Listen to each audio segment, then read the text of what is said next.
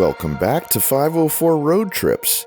In today's video, we're continuing north on US Highway 1, locally signed as Dixie Highway, beginning at mile 453.4 in unincorporated St. Johns County, Florida. Immediately, we cross back to the east side of I-95, the big north-to-south interstate that parallels Florida's Atlantic side. Here on US-1, we've got 2 lanes in each direction, divided by a grassy median, and it feels like a true arterial corridor built to carry both local traffic and through traffic. St. Johns County had 273,425 residents at the 2020 census, and the latest 2020 to 2024 ACS puts the county's median household income at $109,839 with a median home value of $489,200. The county's name comes from the St. Johns River, whose English name traces back to the Spanish Rio de San Juan, named after the San Juan del Puerto mission near the river's mouth. And if you've ever wondered why it's St. John's instead of St. John's, that's because official U.S. place name standards have long discouraged possessive apostrophes. So the apostrophe usually gets dropped even when a name sounds possessive.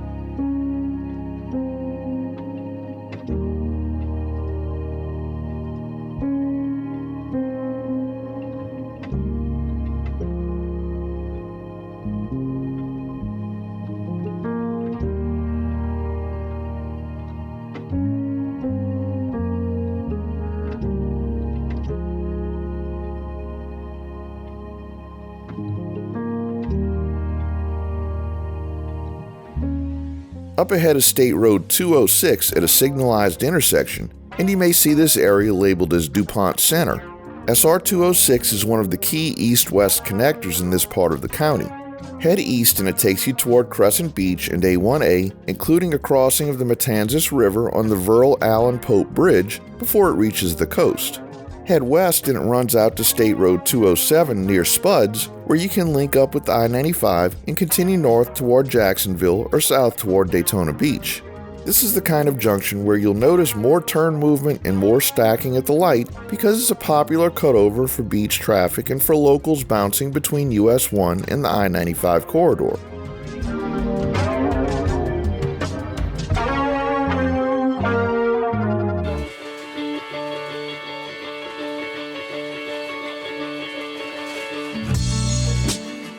Now we're entering St. Augustine Shores.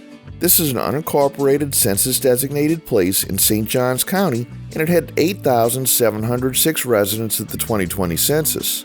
St. Augustine Shores was planned in the late 1960s and early 1970s as a master-planned community developed by the Mackle brothers through the Deltona Corporation, and you can still feel that planned layout in how the neighborhood entrances and main internal roads are organized. As we roll along US-1, watch for the big community gateways and the primary local streets, especially Shores Boulevard, which functions like a main spine into the neighborhood. For visitors, the appeal here is low-key and outdoorsy. There's golf at the St. Augustine Shores Golf Club, plus community amenities centered around the Riverview Club, including a pool, courts, and a pier in the Matanzas River, which is part of the Intracoastal Waterway system. The community also runs a steady calendar of daytime activities and classes, so even on a normal weekday, there's usually something going on for residents. And from the driver's seat, the road design tells the story too.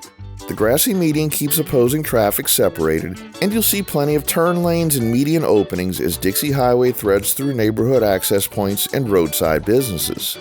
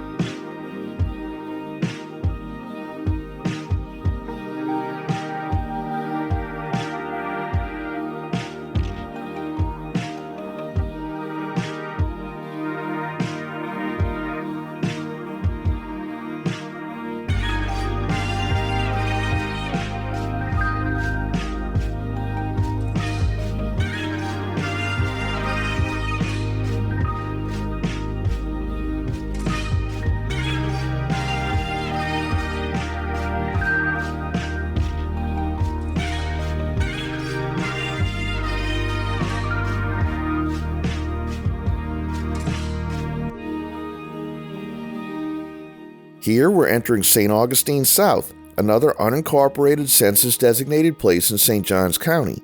It had 5,066 residents as of the 2020 census. This area reads as a classic residential suburb built around easy access to US-1 with lots of side streets feeding into the corridor and plenty of local turning traffic. One of the standout recreation angles here is water access. St. Augustine South sits close to Moultrie Creek, and there are nearby public ramps and small waterfront parks that make it easier to launch a kayak or small boat, or just pull in for a quick break by the water. So even though we're in a busy arterial, you're never far from fishing, paddling, and that marsh and creek scenery that defines so much of coastal St. Johns County. Midway through St. Augustine South, we'll see the median narrowed to make room for an additional lane in each direction, plus very frequent dedicated left and right turn lanes.